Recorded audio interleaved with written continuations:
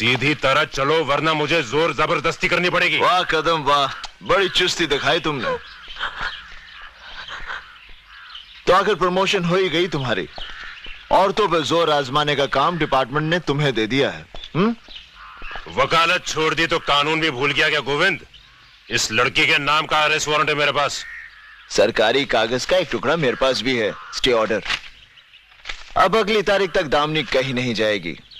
चाहो जिन लोगों की ड्यूटी बजा रहे हो आजकल, उनके साथ मिलकर कोई नया तोड़ निकालो। मैं तुझे देख लूंगा गोविंद। जब चाहे, जहां चाहे, जब दिल करे। कांस्टेबल भेज देना, दिखा दूंगा। कदम संभाल के रख कदम, केस बहुत चिकना है।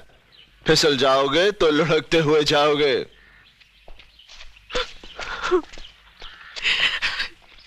नहीं दामिनी, नहीं, अब तुम नहीं रोगी, वो लोग रोएंगे।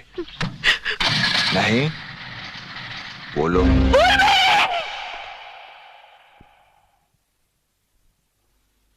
ये क्या हो गया? दादाजी, ये सब कैसे?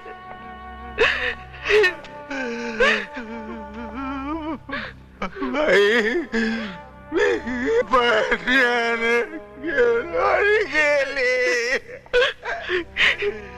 कल सुबह कितनी खुश थी ये, कह रहे थे कि हम सब गाँव जाएंगे। गोविंद जी, ये उर्मी, कल इसका ऑपरेशन होने वाला था। उर्मी से दर्द सहा नहीं गया, उसने खुदकुशी कर ली। उर्मी खुदकुशी नहीं कर सकती, ये झूठ है। इसमें झूठ क्या है? सब सच ही सच है। यह है उर्मी का लिखा खत जो उसके हाथ में मिला था, और अभी अभी हमने पंचनामा भी किया है। दामिनी, कदम साहब का सच पढ़ो। अब मुझसे दर्द सहा नहीं जाता, तकलीफ बढ़ती जा रही है। मैं अपनी मर्जी से आत्महत्या कर रही हूं। ये झूठ है, ये उर्मी का खत नहीं है। उस बेचारी को तो लिखना ही नहीं आता था। क्या बकवास कर रही हैं आप? यह खत उसके हाथ में मिला है। बकवास आप कर रहे हैं, बकवास। आपका ये सच जो उर्मी के हाथ में मिला, हाथ में, और ये हाथ खून से लथपथ, और तुम्हारे ये सच पर खून का एक छींटा भी नहीं। ऐसे कई सवाल उठेंगे अदालत में, कई सवाल। और ऐसा ये खत मैं तुमसे भी लिखवाऊंगा अदालत में। गोविंद, तुम एक जिम्मेदार पुलिस ऑफिसर पर इल्जाम लगा रहे हो। पुलिस से उलझने का मतलब समझते हो ना? जानता हूं, पुलिस को भी और तुम्हारी पुलिस चौकी को भी, जहां कई बहादुर सिपाही एक आदमी के हाथ पैर बांधकर अपनी ताकत दिखाते हैं। एक कदम, तू कभी चिड़ियाघर गया है? चिड़ियाघर, वहां पिंजरे में बंद शेर पर बच्चे भी मूंगफलियां फेंक कर मारते हैं, वो और बात है। मैदान में खुले शेर का सामना करोगे, तुम्हारे मर्द होने की गलतफहमी दूर हो जाएगी। गोविंद, चिल्लाओ मत, अपनी ये भारी आवाज अदालत के लिए रखो, वहां बहुत जवाब देने हैं। सुनो, चड्ढा से कह देना गोविंद अदालत में फिर आ रहा है।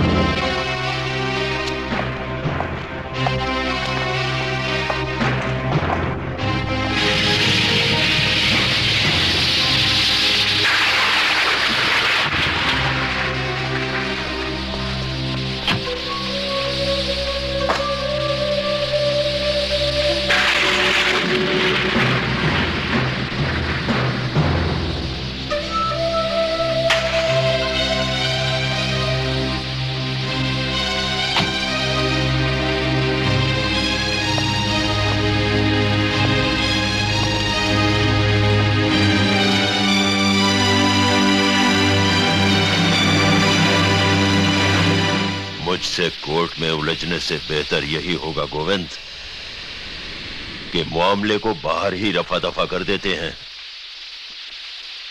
तुम तो जानते ही हो कि इंद्रजीत चड्ढा कभी शिकस्त नहीं खाता।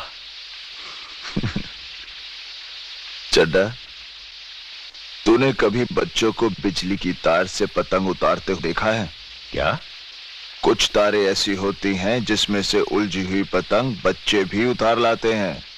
ये और बात है, दामिनी के केस को छेड़कर जो तार तूने छू लिया है, बिजली का वो झटका लगेगा कि तू झटकना भूल जाएगा।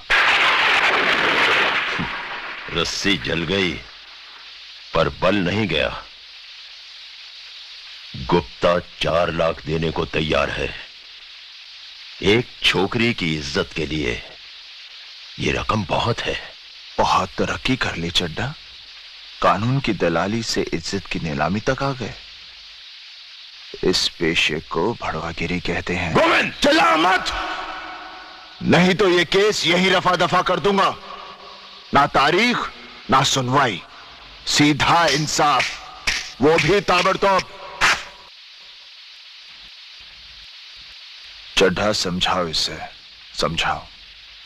ऐसे खिलौने बाजार में बहुत बिकते हैं, मगर इसे खेलने के लिए जो जिगर चाहिए ना, वो दुनिया के किसी बाजार में नहीं बिकता। मर्द उसे लेकर पैदा होता है, और जब ये 2.5 किलो का हाथ किसी पर पड़ता है ना, तो आदमी उठता नहीं, उठ जाता है। इस सब का जवाब कल अदालत में दूंगा। और हां, अगर अदालत में तूने कोई बदतमीजी की तो वही मारूंगा। जज ऑर्डर करता रहेगा और तू पिटता रहेगा। Relax boy.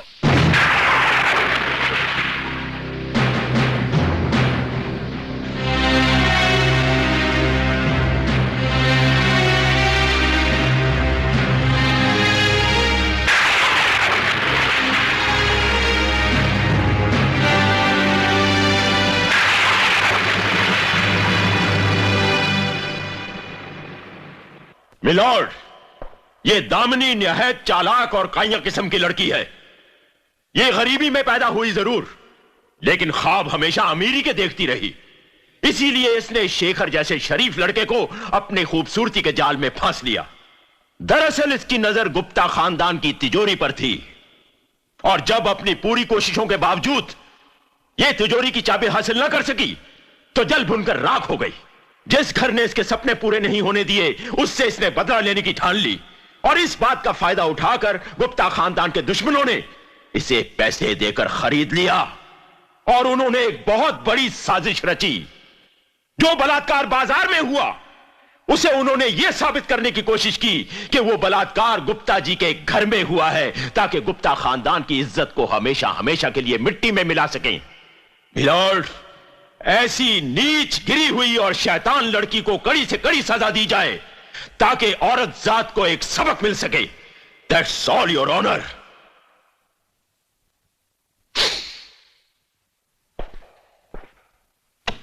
Your honour, Chadha साहब ने मुझे कंफ्यूज कर दिया है। लगता है ये हिंदी फिल्में कुछ ज्यादा देखते हैं, क्योंकि इनका ये केस हिंदी फिल्मों की तरह है, जिसमें कई कहानियां उलझी हुई हैं। पिछली तारीख चड्ढा साहब ने कहा था कि दामिनी पागल है, और आज ये कह रहे हैं कि दामिनी चालाक है। इतनी चालाक कि वो स्कीम कर सकती है, साजिश कर सकती है, प्लान कर सकती है। मेरे ख्याल से मिलॉर्ड, जो लड़की पागल है वो चालाक नहीं हो सकती, और अगर वो इतनी चालाक है तो पागल नहीं हो सकती। इसलिए मिलॉर्ड, मैं चाहूंगा कि चड्ढा साहब को भी सरकारी खर्चे पर दामिनी की तरह पागल खाने भेज दिया जाए कुछ दिनों के लिए, ताकि जब ये ठीक होकर आए हमें ठीक ठीक बताएं कि दामिनी पागल है या चालाक, ताकि उसी हिसाब से मैं अपना डिफेंस तैयार कर सकूं। That's all milord. मिलॉर्ड, मैं ये साबित कर चुका हूं कि दामिनी एक गिरे हुए वो लोग होते हैं जो अपने घर में पली हुई लड़की का बलात्कार करते हैं। गिरे हुए वो लोग होते हैं जो अस्पताल में पड़ी लाचार लड़की का खून करवाते हैं। उस लड़की का बलात्कार गुप्ता साहब के घर में नहीं हुआ, और ना ही उसका खून हुआ है। उसने आत्महत्या की है, और उसके लिए मैं अपने गवाह पेश कर चुका हूं। और मैं उन्हीं गवाहों से कुछ सवाल करना चाहूंगा मिलॉर्ड। Permission granted.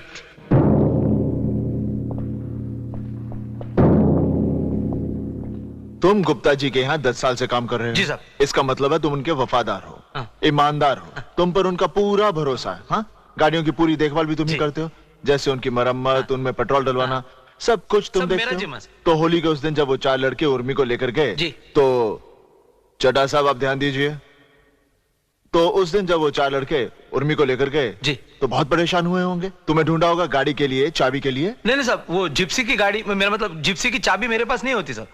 तुम्हें कैसे मालूम कि वो जिप्सी में गए?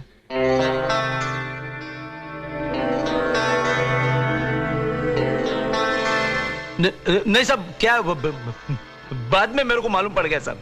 यानी कि बलात्कार हुआ, ये तुम्हें बाद में मालूम पड़ा। Point to be noted me lord. ठीक है मंगेश, तुम जाओ। जी। Bloody fool. मंगेश। जी। चड्ढा साहब, आप मंगेश को डांटना चाहते होंगे? हाँ? क्या बड़बड़ कर रहे थे तो मैंने सोचा कुछ पूछना चाहते होंगे। नहीं। हाँ तो कदम साहब, उर्मी ने अपने हाथ में खत लेकर गला तो नहीं काटा होगा, और गला काटने के बाद वो अपने हाथ में खत नहीं रख सकती, तो इसका मतलब है खत किसी और ने रखा। जी वो हाँ? पर चड्ढा साहब, आपको मबज की भाषा समझ में आती है? खैर, आपको तो वैसे कुछ सुनाई नहीं देता। मिलॉर्ड, सबसे बड़ी बात तो यह है कि उर्मी को लिखना नहीं आता था। उसके राशन कार्ड पर उसका सिग्नेचर नहीं, उसका अंगूठा है, और यह बात शायद उर्मी के कातिल नहीं जानते थे, जैसे कदम साहब और चड्ढा साहब नहीं जानते। क्यों चड्ढा साहब, गलत कह रहा हूं? योर ऑनर, अब मैं दामिनी के पति शेखर गुप्ता को बुलाने की इजाजत चाहूंगा। इजाजत है।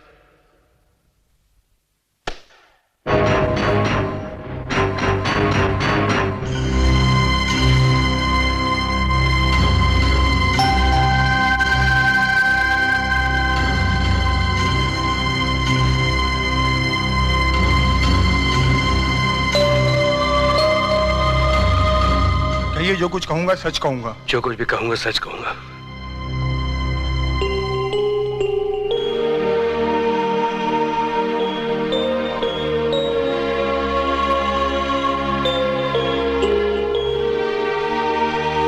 शेखर बाबू, क्या आप अपनी पत्नी से प्यार करते हैं?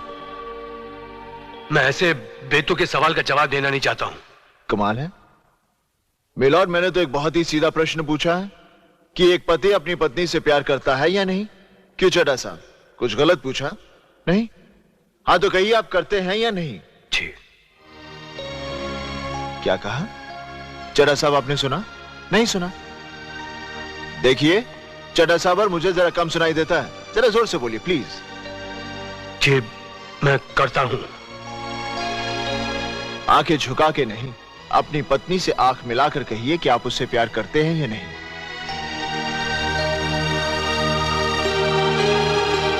यह एक औरत के विश्वास का सवाल है। जी, बहुत करता हूं। मिलॉर्ड, शेखर बाबू अपनी पत्नी से प्यार, सॉरी, बहुत प्यार करते हैं। यह मैंने भी सुना, चड्ढा साहब ने भी सुना, हम सब ने सुना। खैर, ये और बात है कि मुस्कुरा कर भी कह सकते थे। हाँ तो शेखर बाबू, मुझे हैरानी हो रही है कि आप एक ऐसी औरत से प्यार करते हैं जो बददिमाग है, पागल है। एक ऐसी औरत से प्यार करते हैं जो आपके माँ बाप की बेइज्जती करती है। एक ऐसी औरत से प्यार करते हैं जिसने आपके घर की सुख शांति में आग लगा दी, और तो और वो आपसे नहीं, आपकी दौलत से प्यार करती है। एक ऐसी औरत जो गुप्ता खानदान की इज्जत को सड़क पे क्या बात कर रहे हो तुम? जो मन में तुम बोल देते हो। ये मैं नहीं कह रहा, ये तो आपके काबिल वकील चड्ढा साहब और आपके घर वालों ने दामिनी पर इल्जाम लगाया। गलत कह रहा हूं? नहीं ना? खैर छोड़िए, मैं भी जानता हूं ये लोग झूठ बोल रहे हैं। हाँ तो शेखर बाबू, आप ये बताइए कि होली के उस दिन जब आपकी पत्नी घबराई हुई आपके पास आई और आपको छत के ऊपर ले गई, जहां आपने उर्मी का बलात्कार होते हुए देखा, चड्ढा साहब आप ध्यान दीजिए प्लीज, तब आपने क्या किया?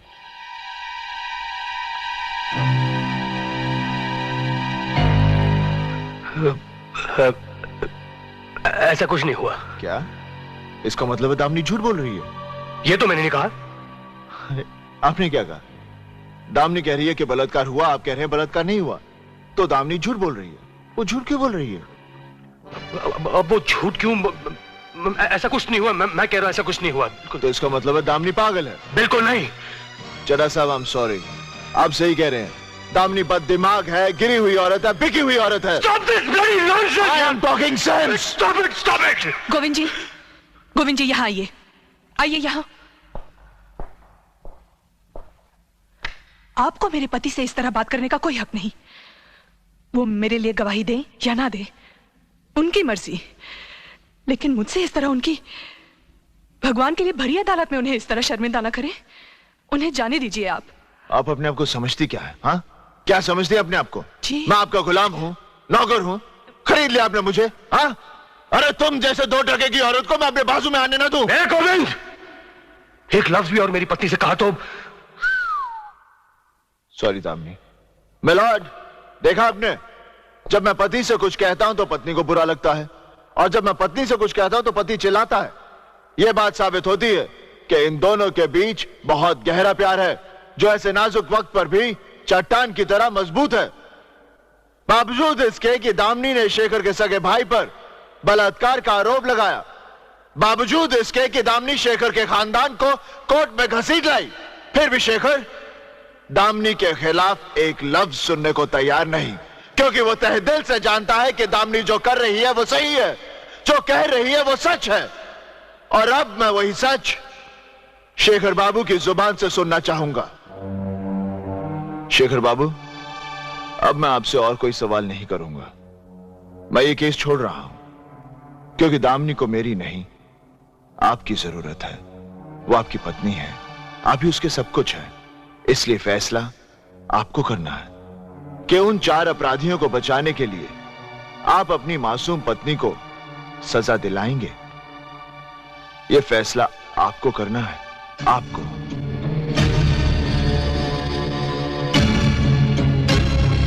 मिलॉर्ड, मेरी तो कुछ समझ में नहीं आ रहा है।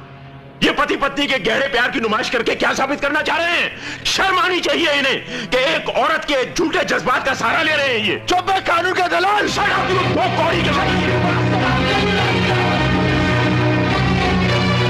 Order order order.